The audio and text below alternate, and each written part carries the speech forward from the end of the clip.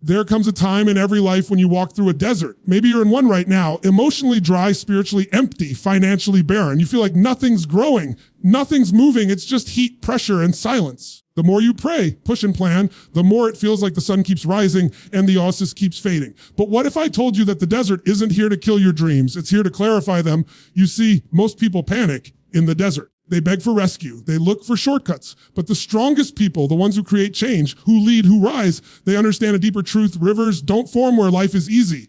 Rivers break open where life is hard. River in the desert isn't luck. It's alignment. It's what happens when preparation meets pressure and refuses to quit.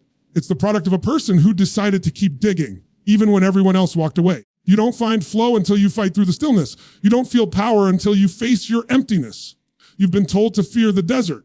But maybe the desert is the only place where you can finally hear who you really are. Everything is stripped away. The noise, the comfort, the distraction. You meet the one person you've been avoiding your entire life yourself. That version of you that's resilient, that refuses to quit, that doesn't need applause or validation. That shows up because they believe, not because they see. Too many people are waiting for rivers to come from the sky. But rivers don't fall, they rise from within. You want peace? Dig deeper. You want clarity? Dig deeper. You want transformation? Dig deeper. Because buried beneath your fears, there's flow. Beneath the rejection, there's redirection. Beneath your frustration, there's formation. The desert isn't denying you, it's defining you. Here's the truth. If you never had a desert, you'd never discover the river. The pain you're feeling right now, that confusion, the doubts, the pressure, it's not proof that you're lost. It's proof that something inside you is trying to break through. And the desert is only here to ask one question: will you stop digging, or will you dig until you find water? The world is full of people who gave up halfway, who left too early. That's not you. You're still here. You're still breathing. You still believe. You are not buried. You planted. And what do planted seeds do? They break, they press, they push, they rise. So today, stop seeing the desert as punishment. Start seeing it as preparation. The dry places in your life are not dead.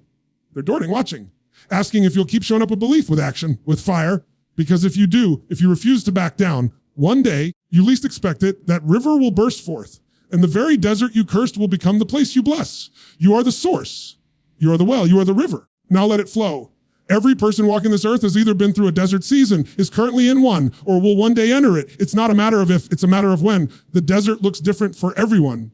For some, it's the silence after a painful loss. For others, it's the emptiness that follows burnout, or the confusion that comes when nothing in life seems to make sense anymore. And in these moments, the first thought that strikes the mind is usually, is this ever going to end? That's the nature of deserts. They trick your perspective. They convince you this moment of dryness is your final reality. But the truth is, life's deserts are never permanent. They're just a phase, not a definition. Just like seasons shift, the seasons of your soul shift too. The danger isn't the desert itself. It's how you respond to it. Most people label the hard moments as failure. They internalize the silence as punishment. They let the stillness define their worth. But in doing so, they miss the very essence of what a desert is designed to do. You see, deserts are clarifiers. They strip away the distractions. They eliminate the noise. When life no longer entertains you, distracts you, or rewards you, you're left with only one thing: truth. And that truth can be powerful if you let it work. The great mistake is assuming that nothing is happening just because you can't see the results. Taught to chase constant progress, instant outcomes, and visible success. So when life slows down or stops delivering rewards, we panic.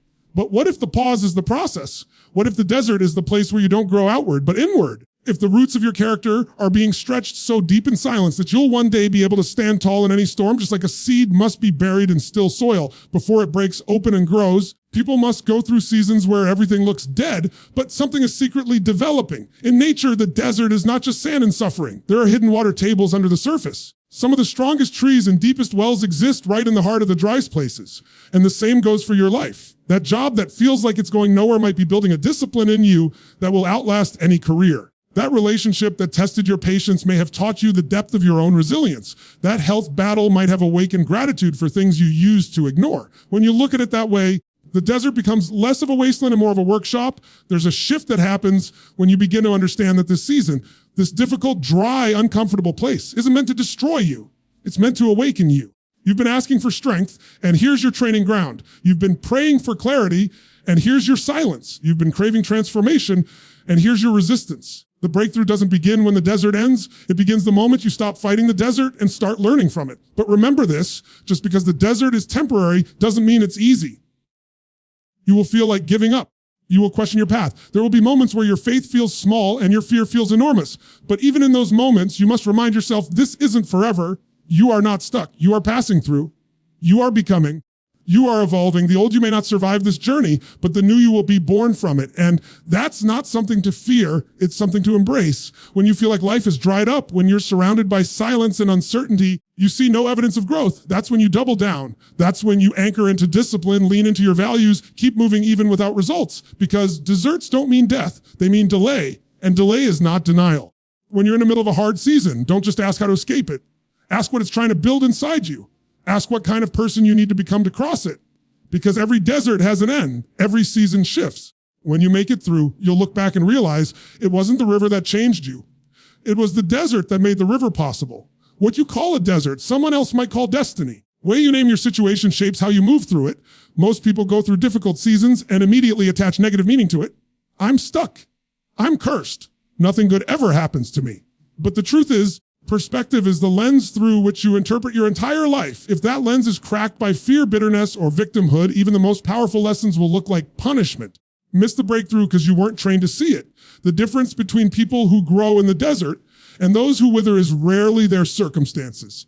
It's how they see their circumstances. The human mind is making machinery. It's not what happens to us that defines us. It's the story we create about what happened. Two people can lose the same job. One spirals into despair. The other builds a business. Two people can go through heartbreak. One becomes bitter. The other becomes better. The event is the same, but the meaning is entirely different because one person saw a closed door while the other saw redirection. You have to train your mind to see beyond the immediate. Yes, maybe right now everything feels like a desert. Your energy is low. Your confidence is shaken. Your path feels blurry. But that doesn't mean it's the end. It might be the middle.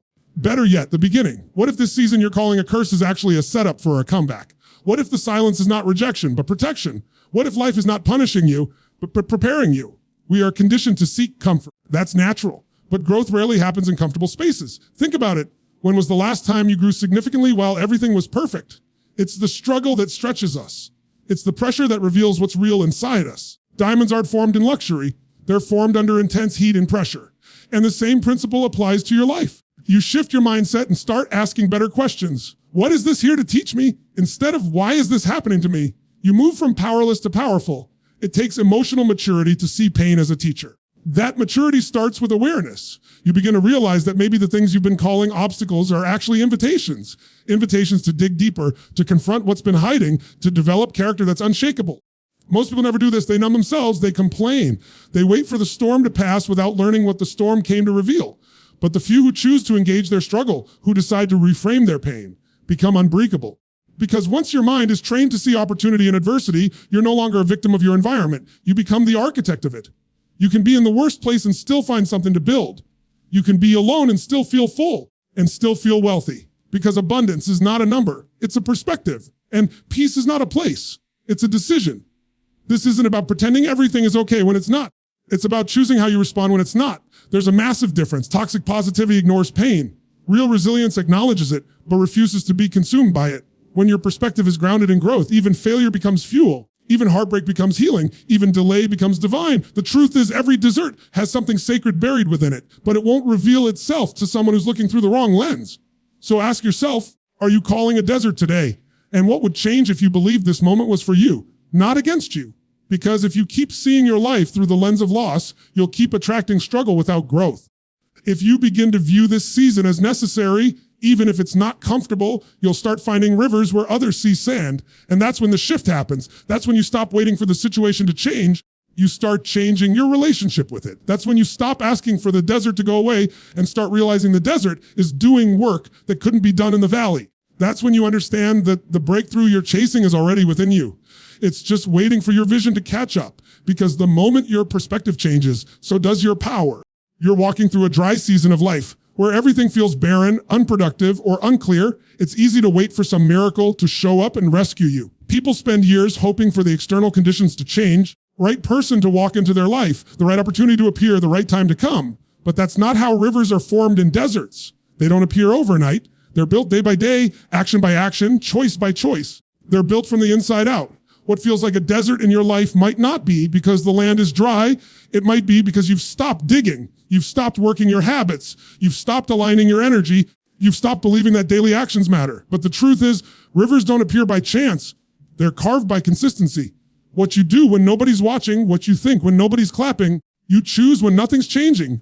That's what determines whether your desert stays dry or starts to flow. Daily habits are the shovel that digs the well. Every morning you wake up and choose discipline over distraction. Every time you say no to your excuses and yes to your purpose.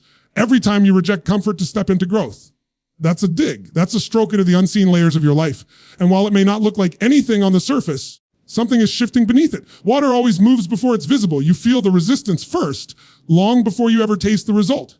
But if you stop digging because the breakthrough isn't immediate, you'll never tap into the flow that was just a few more steps away. There's a dangerous mindset people fall into, that small habits don't matter, that if there's no big dramatic payoff today, it's pointless, that if the results aren't viral, visible, or validated, then they're not real. But that's how deserts grow, not from one catastrophic event, but from neglected moments, one skip decision at a time, one excuse at a time, one compromise at a time. The same principle works in reverse. You don't build a river by waiting. You build it by digging with intention. That 10 minutes of focused effort today, it matters. That uncomfortable conversation you didn't avoid, it matters. That single step toward growth, healing, or discipline, it matters. You don't need massive changes to create momentum. You need alignment. You need your beliefs, your focus, and your actions all pointing in the same direction. You can't say you want peace, but feed your mind chaos. You can't ask for strength, but live in avoidance. You can't expect abundance, but operate in fear. Habits aren't just about productivity. They're about congruence. They reveal what you truly value. And if you're not willing to dig with discipline, then what you're really saying is that you value comfort more than change. The truth is, when you keep showing up consistently in a desert season, you start to form something deeper than success. You form identity. You become the kind of person who doesn't wait for perfect conditions to act. Yeah. You become someone who creates the conditions by acting. And that's the person who always finds water. Because rivers don't just flow to people. They flow from people. The mindset, the character, the commitment all starts inside you. Most people miss this. They keep looking outside for rivers when the well is within. They wait for a sign, pray for a rescue. But what they really need is to return to the power of process, to fall in love with the dig again, to remember that every action, no matter how small, is either digging toward their future or burying their potential. There is no overnight breakthrough. There is no magical moment that replaces months of daily effort. The river is not a one-time gift. It's a byproduct of your grit. And if you stop now, you may never realize how close you were to breakthrough. The tragedy is not failing. The tragedy is quitting 5 feet before the water. So pick up the shovel. Pick up the habit. Pick up the discipline you put down when it got hard. The desert is testing whether you'll build when there's no applause, whether you'll commit when there's no reward, whether you'll persist when there's no visible reason to. Because if you do, eventually something will break open, not just around you, but within you. And when it does, you won't just find water. You'll become the kind of person who knows how to find it, no matter what desert life throws your way. Sometimes the greatest shifts in your life begin with the things you can't see. That's the hardest part of being in a desert season. The silence, the stillness, the waiting. You show up, you try, you push, and nothing seems to move. On the surface, it looks like failure. It feels like emptiness. What if the surface isn't where the transformation happens? What if everything you're hoping for is flowing beneath you under layers of resistance, testing your belief, your consistency, and your endurance? People crave instant evidence. That's human. We want signs, proof, confirmation that we're on the right path. But the truth is, some of life's most powerful shifts happen long before you ever see a result. Like water flowing underground, forces working on your behalf, momentum building, connections forming, clarity taking shape, all while your eyes tell you nothing is happening. And this is the space where most people quit. Not because they're weak, because they never learn to trust what they can't see. It takes courage to keep moving forward without immediate payoff. It takes wisdom to recognize that the absence of results does not equal the absence of progress. Just like rivers often run deep before they rise to the surface, growth moves through layers that aren't visible until the breakthrough occurs. And that's the critical moment when you're tempted to stop digging, to walk away, to settle for less because your efforts feel invisible. But the truth is, real power lives in that invisible space. And those who learn to stay steady during the silence, those who continue to show up when the feedback is zero, the ones who eventually create impact that can't be ignored. This is why developing internal awareness is so essential. You have to start listening to what's happening within you, even when there's no movement around you. It's not always about changing the world. Sometimes it's about changing the way you look at the world, because perspective determines patience. When you understand that water flows underground first, you're not discouraged by what looks dry on the surface. You keep showing up, not because you see the stream, but because you trust it's coming. It's like planting seeds. You don't dig them up every day to check if they're growing. You water them. You protect them. You give them time. The same applies to your dreams, your healing, your development. There is a time to act and there is a time to trust. But too many people rush the process. They dig up the seed because they panic. They walk away from the well because they don't hear the water. They confuse stillness with stuckness. But stillness is where strength is formed. It's where you learn the discipline of faith. not blind belief. Bold trust in the unseen foundation you're building. This is where character is formed. When you persist without praise, when you sacrifice without recognition, when you lead without a spotlight. These are the moments that make you unshackable. You stop being driven by outcomes and start being driven by purpose. And once you reach that state, your identity is no longer dependent on what you get.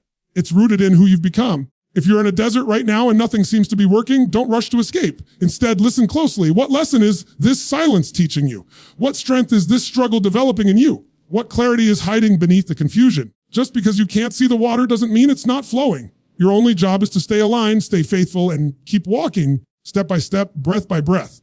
There will come a day when the river breaks through. The surface cracks open and what was once invisible becomes undeniable. And when that day comes, you'll realize the water didn't suddenly appear. It was always there. It was the persistence, the trust, the unseen layers of faith that brought it to the surface. So don't measure your progress only by what you see, because the most important growth often happens in the dark, in the quiet, in the hidden places of your heart and mind. That's where the foundation is laid. That's where the river is born. And when it finally flows, it won't just quench your thirst. It will overflow to the lives of everyone around you. There comes a point in your journey where belief alone is not enough. Intention without action dries up. Hope without motion fades. That's the tension of the desert. It asks not just what you believe, but how deeply you're willing to act on that belief.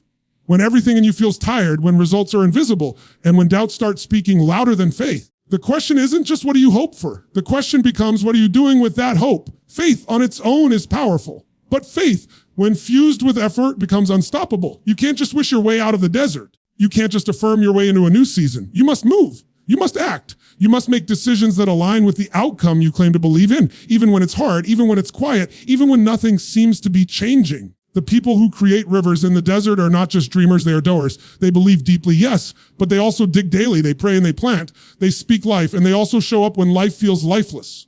Too often, separate belief and effort. They either lean completely into mindset, saying things like, "It will all work out," "I trust the universe," or "I have faith," but they never move their feet, or they go the opposite route, taking action without belief, grinding without alignment, pushing from fear instead of vision. Neither of these alone creates rivers. The flow happens when belief and action dance together, when your vision fuels your effort and your effort confirms your belief. Every great transformation in history, whether in individuals, movements, even nature, was sparked by a decision to act in the face of uncertainty. Action is what moves you forward, but belief is what keeps your spirit alive when you don't see instant results. You have to build while it's dry. You have to dig when the ground is hard. You have to keep showing up when no applause comes, when the progress is slow, and when it feels like nothing's working. That's what separates those who thrive from those who merely survive. Effort without belief will exhaust you. Belief without effort will frustrate you. But when both are aligned, something shifts. You begin to create momentum, not just in your outer world, but deep within your identity. You begin to see yourself not as a victim of circumstance, but as a creator of change. You stop waiting for water to arrive and start becoming the one who taps into it. It's not about forcing results. It's about faithfully doing what you can with what you have, even when it's small, even when it's quiet. Because your consistent effort is a statement to the universe, to yourself, that you are not just hoping for the river, you are preparing for it. There's power in preparation. There's power in digging trenches when the land is still dry. Because when the rain does come, it won't be wasted. The ones who have prepared in the drought are the ones who are ready for overflow. The desert is a test of readiness, not worthiness. The effort you put in now, when it's inconvenient, uncomfortable, unrewarded, is what qualifies you for the breakthrough later. You don't get to choose when the river comes, but you do get to choose whether you're building something it can flow through, whether you're shaping the channel with your discipline. You're aligning your choices with your vision. That's the daily work. That's the sacrifice. That's what turns desert seasons into defining seasons. Every time you choose action over apathy, growth over comfort, discipline over impulse, you're digging. And that dig might not look like much to the world. It may even look foolish. But the people who change their lives, the ones who inspire others, the ones who rise from nothing, they're the ones who are willing to look foolish for a season in order to live free for a lifetime. So don't wait for perfect conditions to act. Don't pause your effort until belief feels right. Move anyway. Dig anyway. Act anyway, because it's not just faith or effort. It's faith with effort that creates the flood. And when that river finally breaks through the dirt and the drought, you'll know it wasn't just belief that made it happen. It wasn't just effort. It was the fusion of the two that transformed your desert into something flowing, full, and alive. At some point, you have to stop waiting for change to come from outside and start realizing that the river you're praying for, searching for, chasing after, it isn't out there somewhere. It's inside you. That's the shift that changes everything. When you stop asking the desert to give you something and begin asking yourself what you're going to bring to it. The truth is, The moment you wake up to your inner power is the moment the desert begins to lose its grip on you, because you realize you were never meant to be a passive observer of life. You were meant to be the creator in it. So many people live waiting for permission, waiting for opportunity, waiting for someone to notice them, fix them, save them, promote them, validate them. But that's not how transformation works. Real change doesn't come when someone opens a door for you. It comes when you realize you are the door, that the strength, the wisdom, the clarity, the breakthrough, it has to start with you. You are the one who has to decide, the one who has to move. You are the one who has to step out of your old patterns and speak new life into your own future. The desert doesn't change until you do. That harsh landscape around you, the financial stress, the emotional burnout, relationship strain, the mental battles, none of that shifts until you stop treating yourself like a victim of your conditions and start stepping into the authority of who you were created to be. You can't carry the mindset of powerlessness and expect to produce overflow. You can't think like someone who's defeated and expect to live like someone who's free. There's a river buried inside your spirit. It will not flow until you stop living from your fears and start living from your truth. That shift begins in silence, in solitude, in the uncomfortable stillness of the desert where there are no distractions left. That's where you meet yourself. The surface version, the real one, the one that's been buried under doubt, fear, rejection, trauma, pressure. And when you finally meet that person, the one who is resilient, who has survived what was meant to break them, keeps getting back up even with nothing left to prove. You start to remember that you were never empty. You were just disconnected from your source. And when you reconnect with that source, that inner fire, that spirit that refuses to quit, you don't just walk through the desert anymore. You start changing it. You bring life where others see death. You bring direction where others are lost. You bring peace where others feel panic. Because when you found the river in yourself, you stop needing it from anyone else. You become the river. And rivers never beg for permission. They carve their path. They make a way through stone and sand because they are relentless. That's who you are. That's what you were born to be. And yes, people will doubt you. They'll question your vision, your timing, your courage. But that's okay. They didn't hear what you heard in the silence. They didn't feel what you felt in the dry places. They didn't carry what you've had to carry. Let them doubt. You keep digging. You keep walking. You keep flowing. Because your mission isn't to convince people. It's to live in such a way that your transformation becomes the evidence. The world doesn't need more people who fit in. It needs more people who remember who they are, who step into the fire of the desert and realize it won't consume them, it will refine them. People who wake up to the fact that strength is not a gift given by others. It's a choice made every single day. You choose to rise. You choose to keep your heart open. You choose to take the next step, even when the road is unclear. That's power. It's yours, not someday, but right now. So stop looking for rivers out there. Start becoming the river in here. Because once it flows in you, it will start flowing around you. Once you shift your identity, your environment won't have a choice but to shift with it. You are not here to survive the desert. You are here to transform it. And when the river finally flows from within, it will wash away every limitation, every excuse, every lie that told you were stuck, broken, or not enough. You'll know then the desert was never the end. It was the place where you finally remembered who you really are,